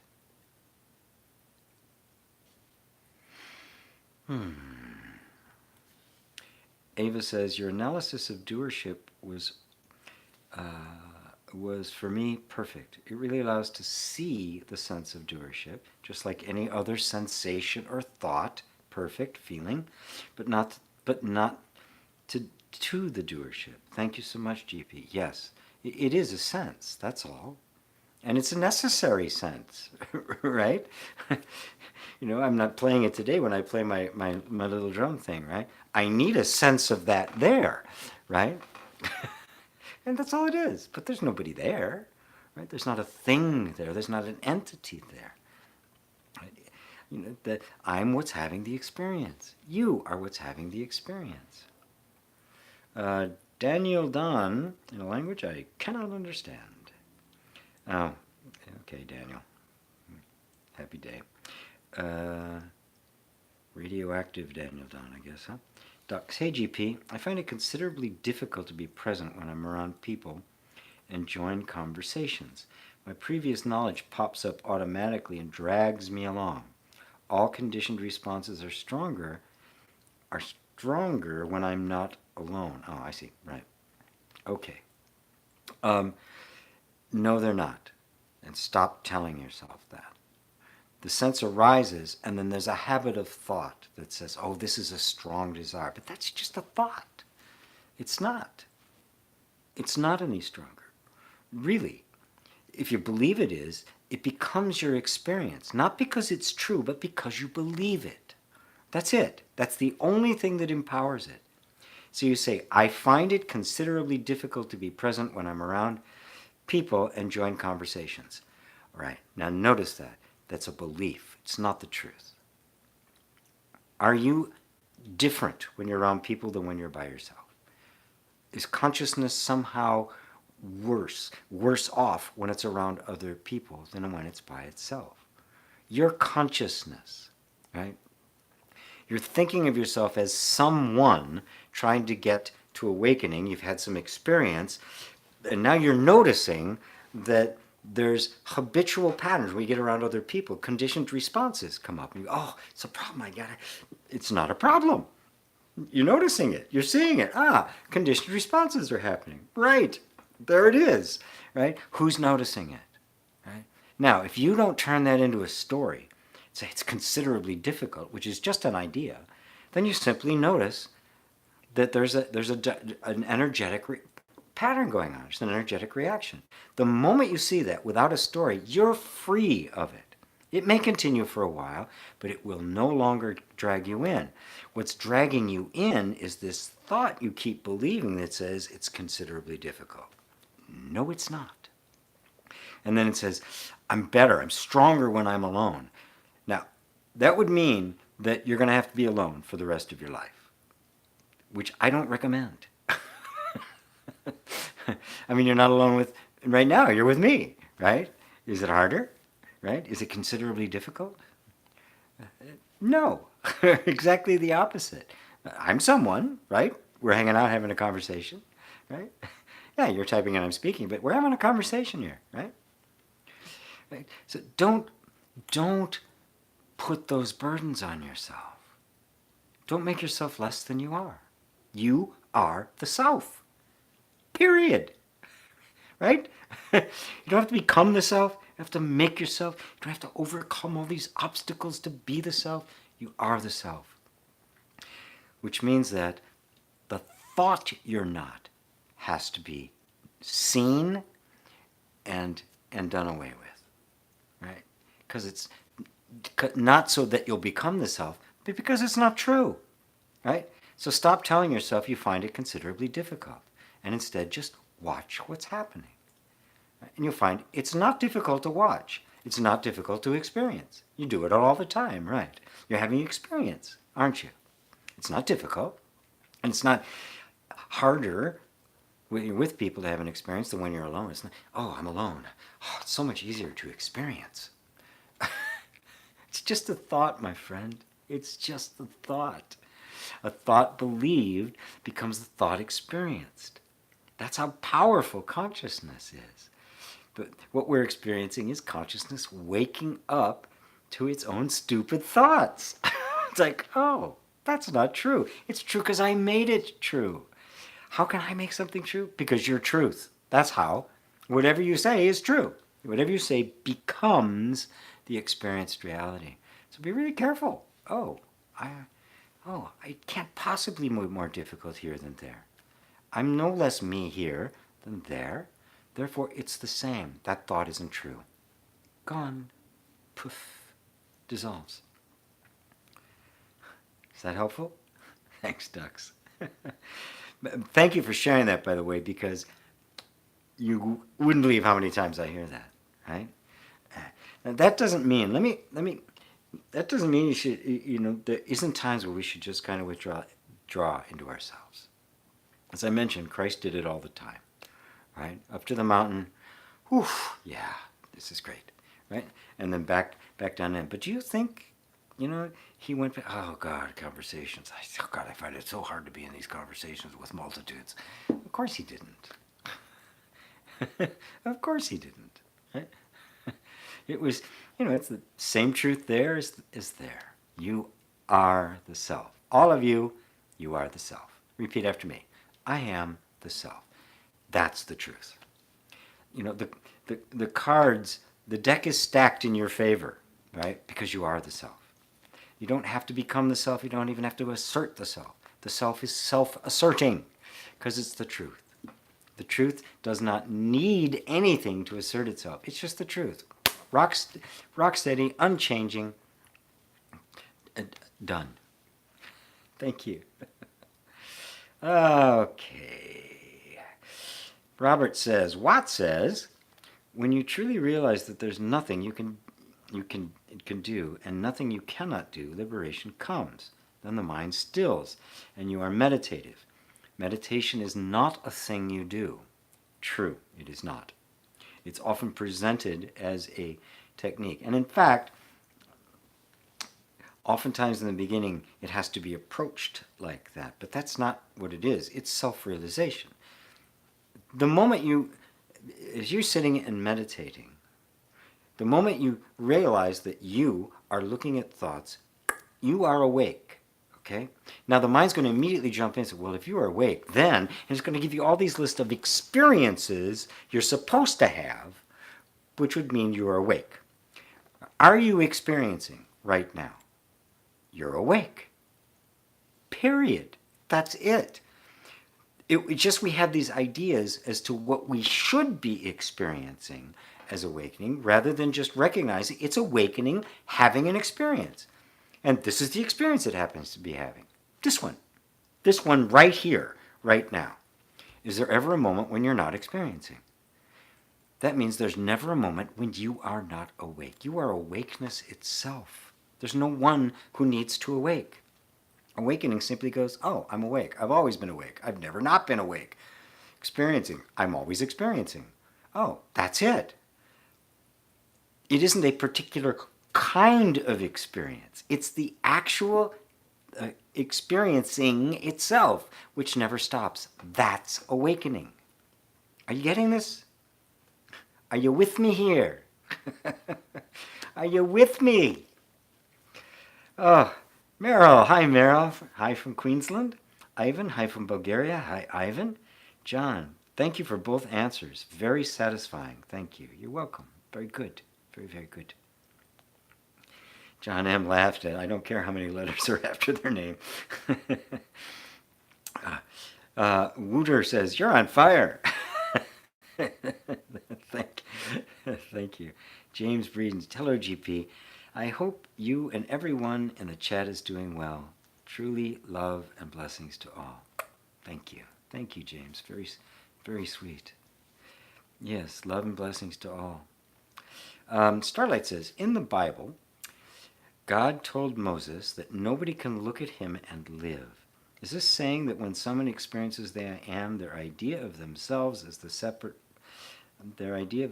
self themselves as a separate person will no longer exist? Yes, that's exactly what it means.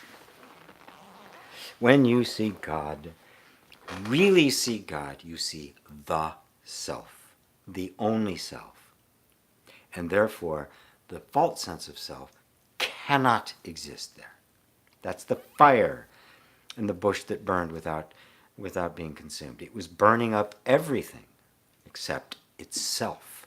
It is the self that realizes the self. It is awareness that recognizes awareness.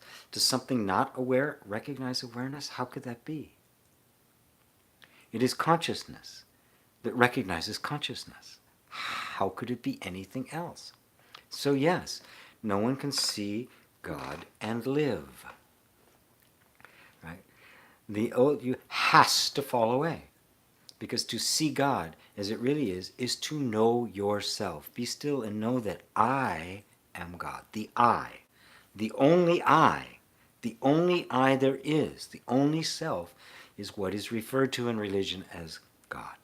The street name is me. Myself. Now we have to be careful with that, because there's a lot of people who walk around, get these spiritual ideas, and they say, oh, I am God. Only God can say they're God, right? The ego can't say it, and you can smell it. You can smell it. It's the ego. It's got a great idea. Realize, oh, allness and oneness, and there's only God. I must be God, right? No, you're not. Only God can say God. You're God. A wonderful contemporary of Rumi named Balyani wrote in a power. One of these days, I'm actually going to just take that and I'm going to share it with you. We're going to go over it in some detail. But he said, no one finds him except himself. No one sees him except himself. No one reaches him except himself. No one sees him except himself. He knows himself through himself. He reaches himself by means of himself. No one knows him but him. That's what it means. God realizes himself. Realizes that he's not the person. The realization, every realization you're having is God realizing herself. I'll modernize it a bit. It's 12th century Sufi, there, God is going to be referred to as the male gender.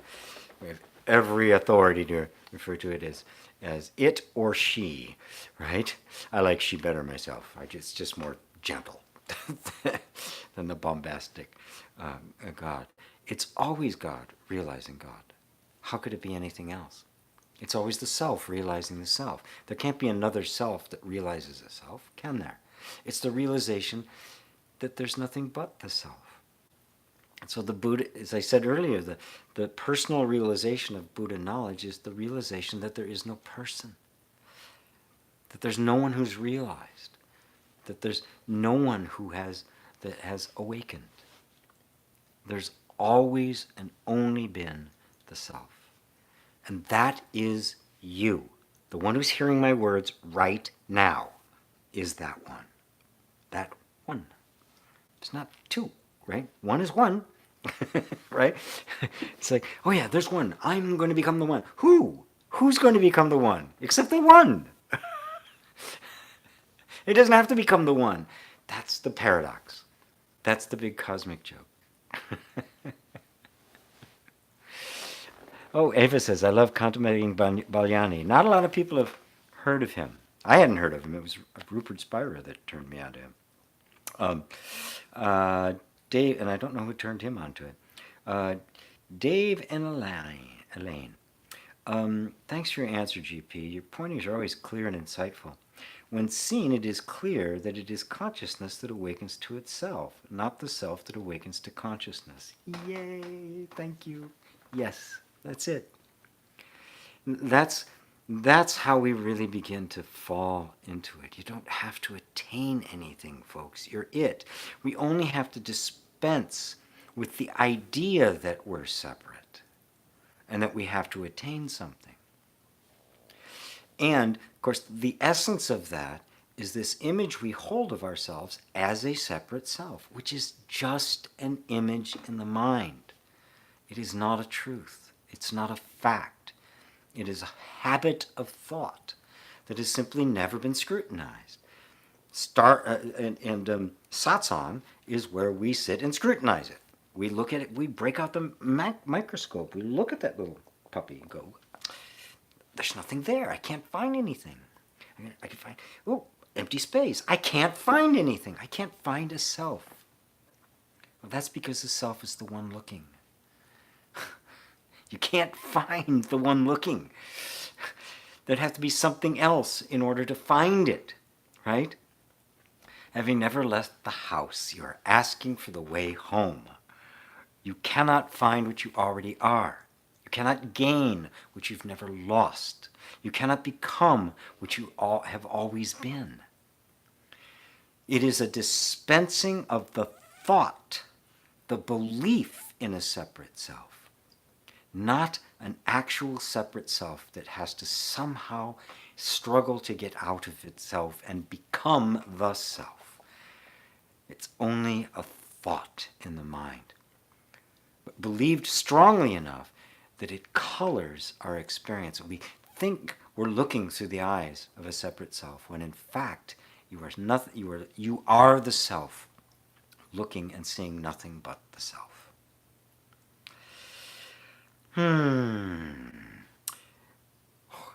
Hiron, hello sir, good to see you. I'll never learn how to pronounce your last name, by the way, so don't even ask me to try. Hi GP, what is your advice for dealing with avoidance behaviors? If I push myself, I give up before I achieve my goals. If I don't push, my life stays the same.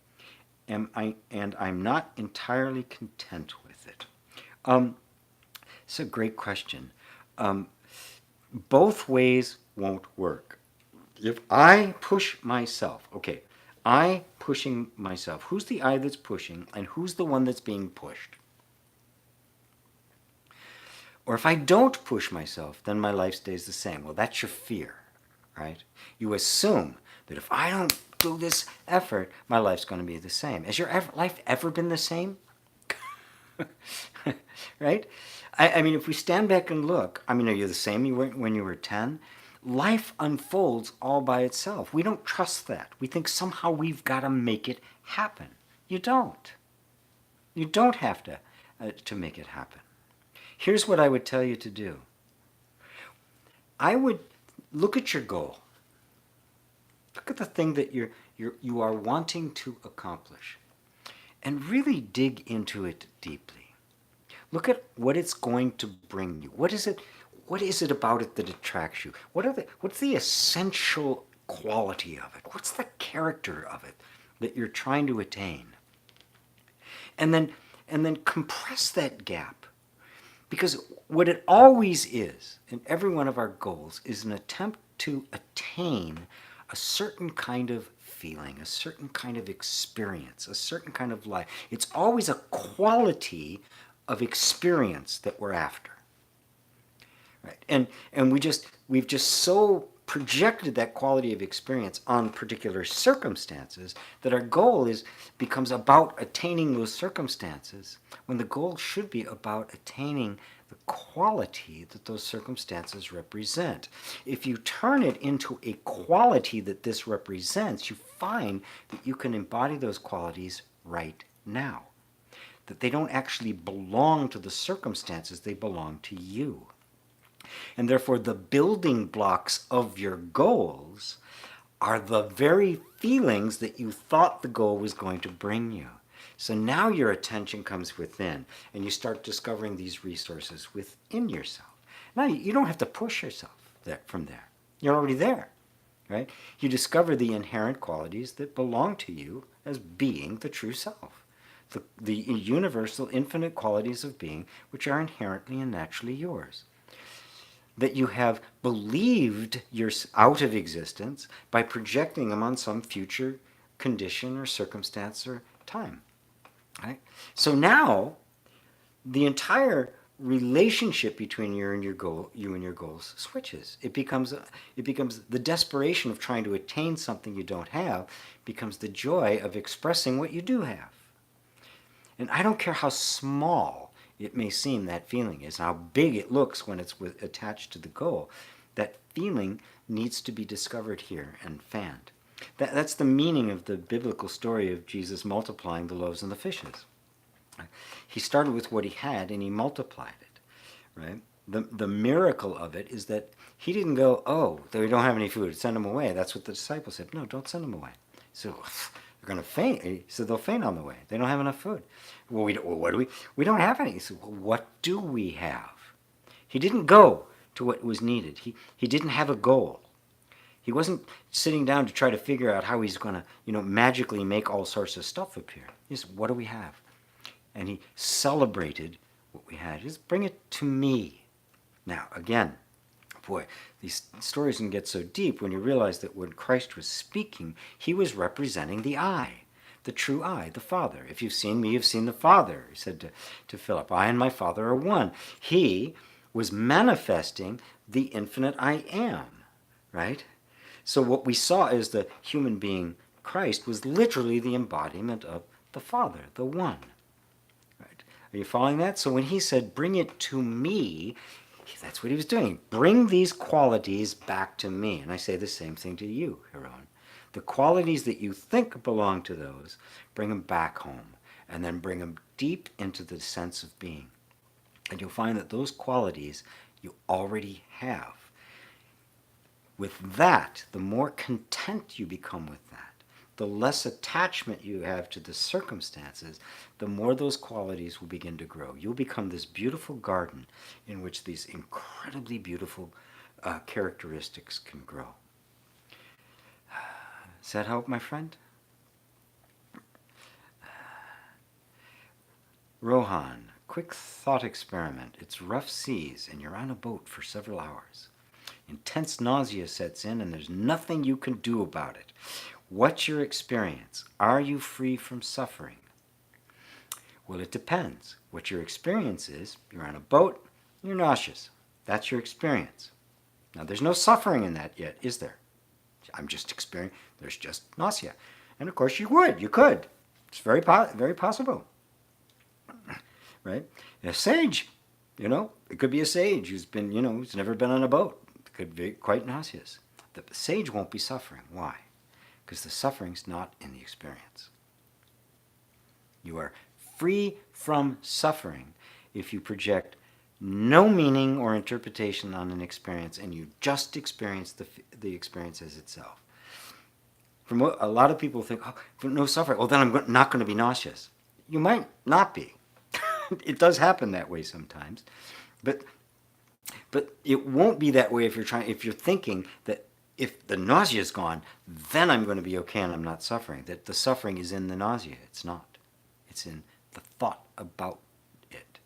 It is the thought that creates the quality of our experience, not the events themselves. It's very powerful to get. So then you just let yourself feel nauseous. There it is. Maybe even puke your guts out. Right? You'll find that it has absolutely no suffering in it. You're just experiencing nausea. That's it. Which is just part of life.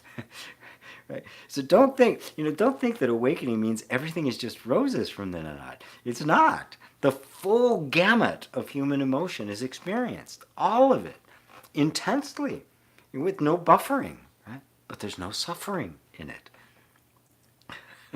And of course you want that. You want to experience the ecstasy of intimacy? Well, you need to be able to experience the depth of grief. You can't, I'm going to not have this, I just want all of that. It doesn't work that way.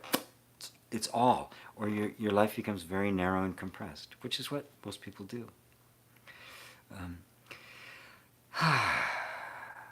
Starlight says, thanks, GP. You're very, very welcome. I love contemplating Balyani, says Ava. David Smith says, guess I'm going to have to read some Balyani then. Thank you for spelling that out. What's the name of the big one he did? I think it's on consciousness. I could check it out very quickly. Actually, if I go here, Balyani. What's it called? Know Yourself. That's what it is. Know Yourself, an explanation of the oneness of being. There's one in particular. It's on Sacred Web. Yeah, that's what it is. I think it's, or is it Sahara Publication? I'm looking at it really quickly here for you all. Yes, there's one on, Sacred Web has just got the beginning of it, so it's not that one. I think it's the one on,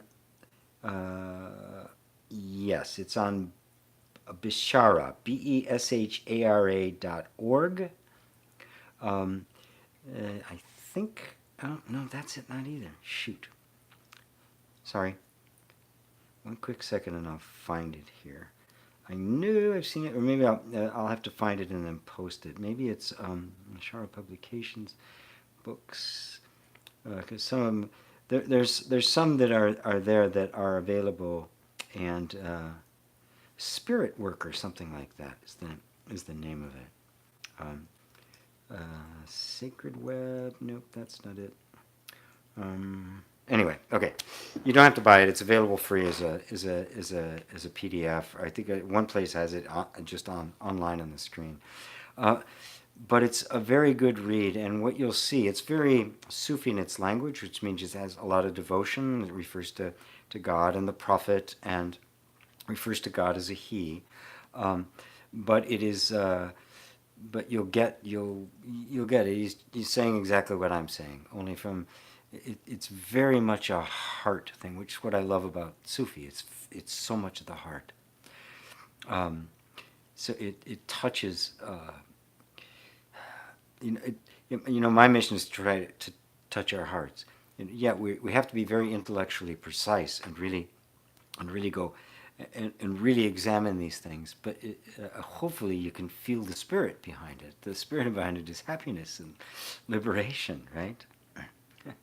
Oh, she just put it out there. David and I, wonderful satsang again, GP. Difficult to fully express how appreciative we are. Oh, well, you just did. Thank you. Ava says, thanks for your presence, blowing out the whole mind stuff so easily. Love and blessings. Chrissy, hey Chrissy, I agree. It is the most exquisite nectar-filled writing of truth I have come across. The translation of Balyani's Know Yourself, an explanation of the oneness of being by Cecilia Twinch. Yes, yeah, that's the best one.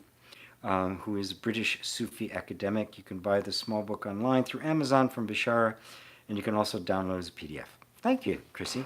Yeah, it's marvelous.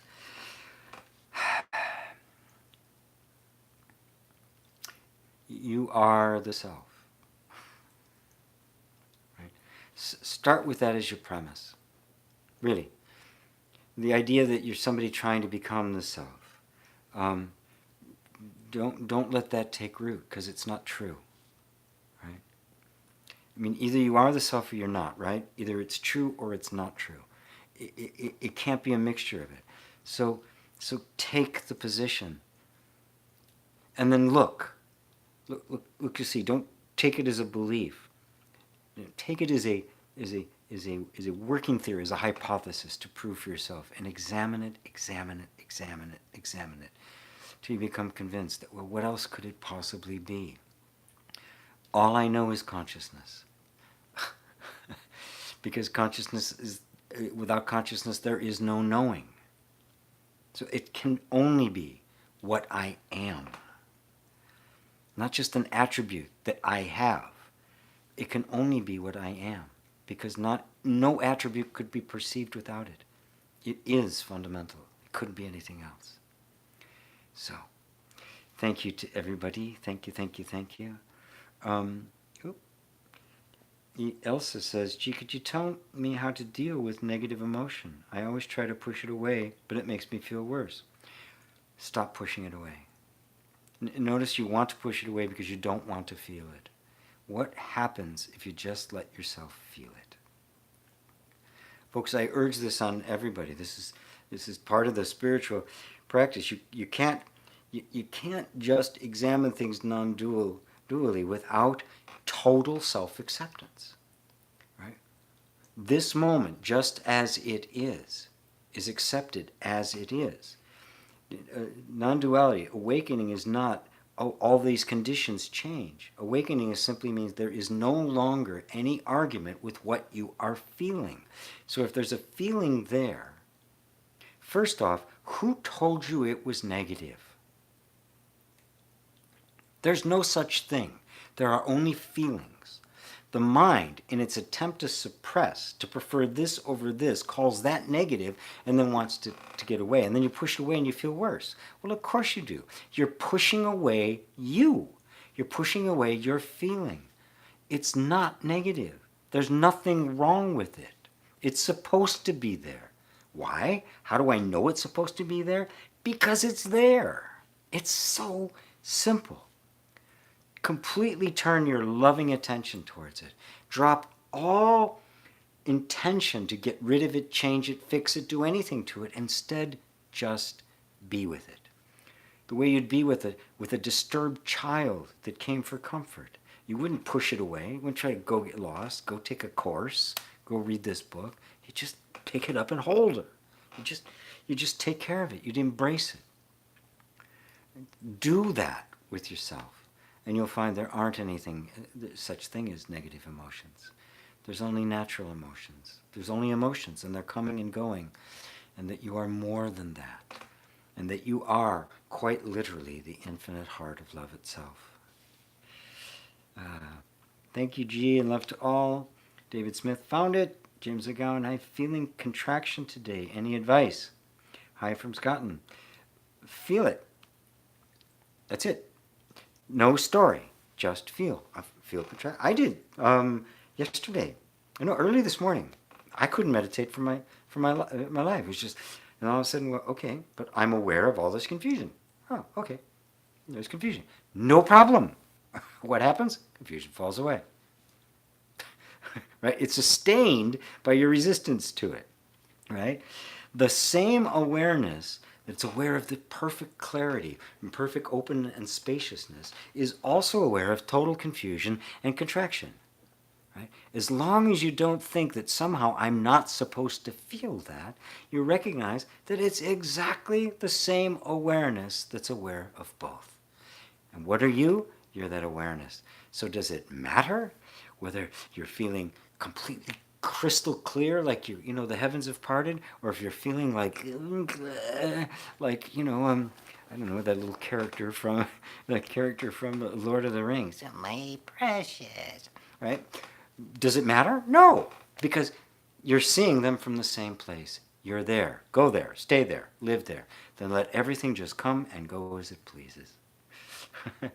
So that'll take care of it for you, Janet. It's that simple. Bo Snarsky. Hello, GP. I love the clarity of your talks. I never feel compelled to even ask you any questions. You're always ahead of me, anticipating what is required at any given time. Thank you. Well, thank you, Bo. All right, that's it. Let's draw it to a close. You are the self. It really is that simple. Don't believe any thought that tells you otherwise. And then just love the exploration of your own nature, because that's all there is. Thank you all. I love you. Namaste.